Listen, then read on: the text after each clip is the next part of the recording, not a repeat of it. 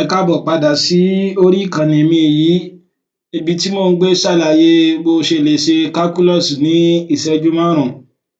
Nínú fídíò tí ó kọjá, mo ṣàlàyé bó ṣe lè lo u-substitution láti solve àwọn integral, especially àwọn tó bá jẹ́ integral tó jẹ́ function of a linear function of x.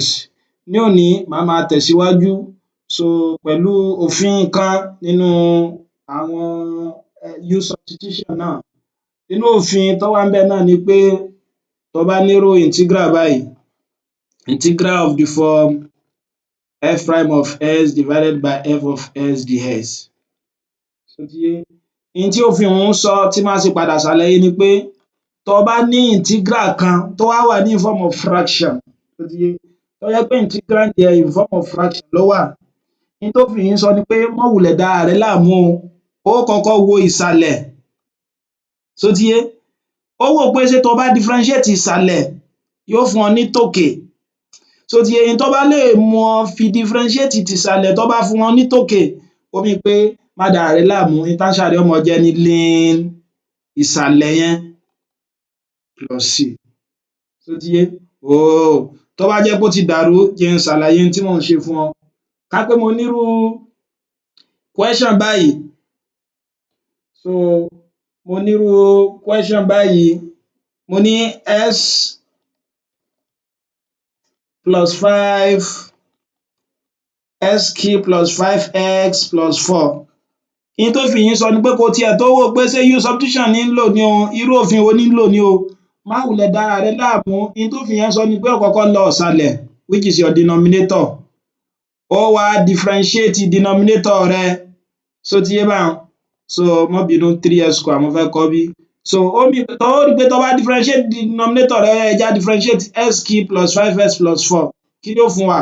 Mọ̀ pé yóò jẹ́ 3x square plus 5 àbí? Ohun tó bá fi mú derivative ìsàlẹ̀ tó bá fi wà lókè gẹ́gẹ́ bí irú eléyìí tá a rí yìí, tí òfin ọ̀hún sọ pé má wulẹ̀ dára rẹ láàmú, integral yóò máa jẹ́ lin s raised power 3 plus 5s plus 4 plus c. Bó ló ṣe jẹ́ bẹ́ẹ̀? Ohun tán lò tán fi ṣe bẹ́ẹ̀ náà ni pé o lè lo u-substitution fún un. Ó yá ẹ jẹ́ á yẹ̀ ẹ́ wò.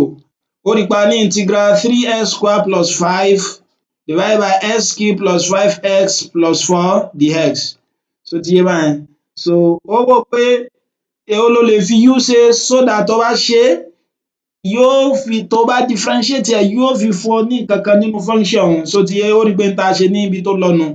Ohun tó wá ṣe ni pé ó rí pé tá a bá ṣe eléyìí, o lè fi eléyìí o lè pè é ní u, s cube plus 5s plus 4. Ṣó ti yé báhun? Ó rí pé tó bá differentiate ẹ̀ with respect to x, kí ni yóò máa fún mi? Yóò fún mi ní 3x square plus 5. Ṣó ti yé wa báyẹn? Pẹ̀lú ohun tá a ṣe lẹ́ẹ̀kan, ó multiply through by this, eléyìí yóò máa fún ọ ní 3x square plus 5 dx àbí? Tó bá fi dx yẹn sí subject of the formula by dividing both sides by 3x square plus 5, wàá get irú nǹkan báyìí.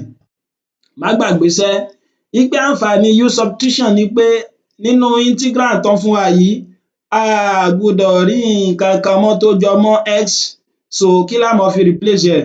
Òun ni u.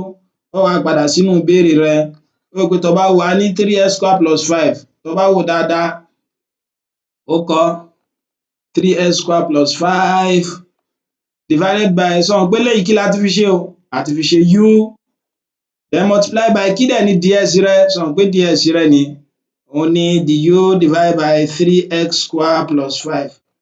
Ó rí pé tó bá wò dáadáa, pẹ̀lú òfin tí mo sọ lẹ́ẹ̀kan pé tó o bá integrate with respect to a variable kan, gbogbo àwọn constant kí constant tó bá wà níbi variable yẹn, wàá ṣe kí ni o? Wàá gbá wọn dà síta. Eléyìí ó máa jẹ́ 3x square over 3f square torí ó wà lókè ó sì wà nísàlẹ̀ divided by 1 over u du. Ó rí pé eléyìí ó géra wọn àbí? Kí ni integral 1 over u? Tó bá integrate 1 over u, integral 1 over s is lin s, integral of 1 over u yóò jẹ́ kí ni o? Lin u. Má gbàgbé constant of integration rẹ. Kí dẹ̀ ni u wa? Lin u, our u is what? 3x square, our u is s raised power 3 plus 5x plus 4. plus c. Ó rí pé tó bá wò dáadáa pẹ̀lú tí mo sọ lákọ̀ọ́kọ́, so ó rí pé n ta get ní ln s raised power 3 plus 5x plus 4 plus c. Ó rí pé n tó ń fún ọ ni pé tó bá differentiate tìsàlẹ̀ tó fi fún ọ nítòkè yẹn, n ta get leléyìí. So tó bá ti nírú integral báwọn, má wulẹ̀ dára rẹ láàmú, n tó ṣe ni pé kí ni o, ó differentiate tìsàlẹ̀ ó sì kọ n tí answer n tó bá jẹ́ síbẹ̀. Okay, jẹ́ n tún fún ọ ní àpẹẹrẹ mìíràn. Ó yá, ká pé mo nírú nǹkan báyìí ńkọ́, s square sin square s divided by tan x dx. Láì tí ì ṣe rárá ta ni ó sọ ìdáhùn answer yìí fún mi? Mo ní o má dàá rẹ láàmú, tán bá ti fún ọ ní integral kan tó wá wà ní in form of fraction, kó tiẹ̀ tó wulẹ̀ ṣe rárá, kọ́kọ́ gbójú rẹ lọ ìsàlẹ̀ ní denominator. Ó rí pé denominator wa níbí báyìí kí ni o, tan x àbí? Ó wò pé ṣé tí n bá differentiate tan x, kí ni derivative tan x mi, sọ pé sin square s ni. In tó bá fi mọ differentiate tìsàlẹ̀ tó wá lọ get tòkè, má dàra rẹ láàmú, answer rẹ ó máa jẹ́ ln tìsàlẹ̀ yẹn tan x plus what? Plus c. Ó yá, bó ló ṣe rí bẹ́ẹ̀? A tún lè show rẹ̀. So láti lo u-substitution approach àbí?